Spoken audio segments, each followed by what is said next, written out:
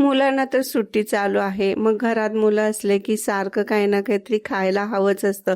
उठ-सूट mummy काहीतरी खायला दे ना, खायला दे ना, अशी यांची झुंझुन चालू असते. मग अशा वेळेला आईला प्रश्न पडतो की आता रोज-रोज काय द्यायचं? पिझ्झा, बर्गर, कॉफी, बिस्किटं, चॉकलेटं याच्याशिवाय ना एक मस्त असा ऑप्शन आपला दिवाळीतला पदार्थ, मस्त टिपिकलवाला आपला दिवाळीचा पोह्यांचा चिवडा.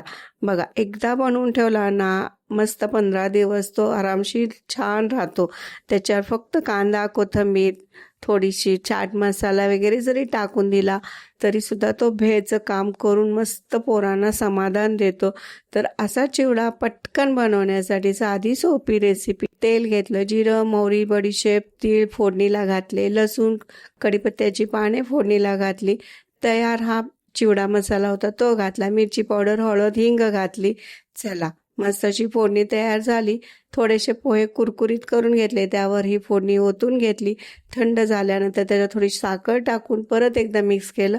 कांदा, कोथिंबीर. चला आपला हा भेळकम चिवडा तयार. आवडलं तर चॅनलला फॉलो करा.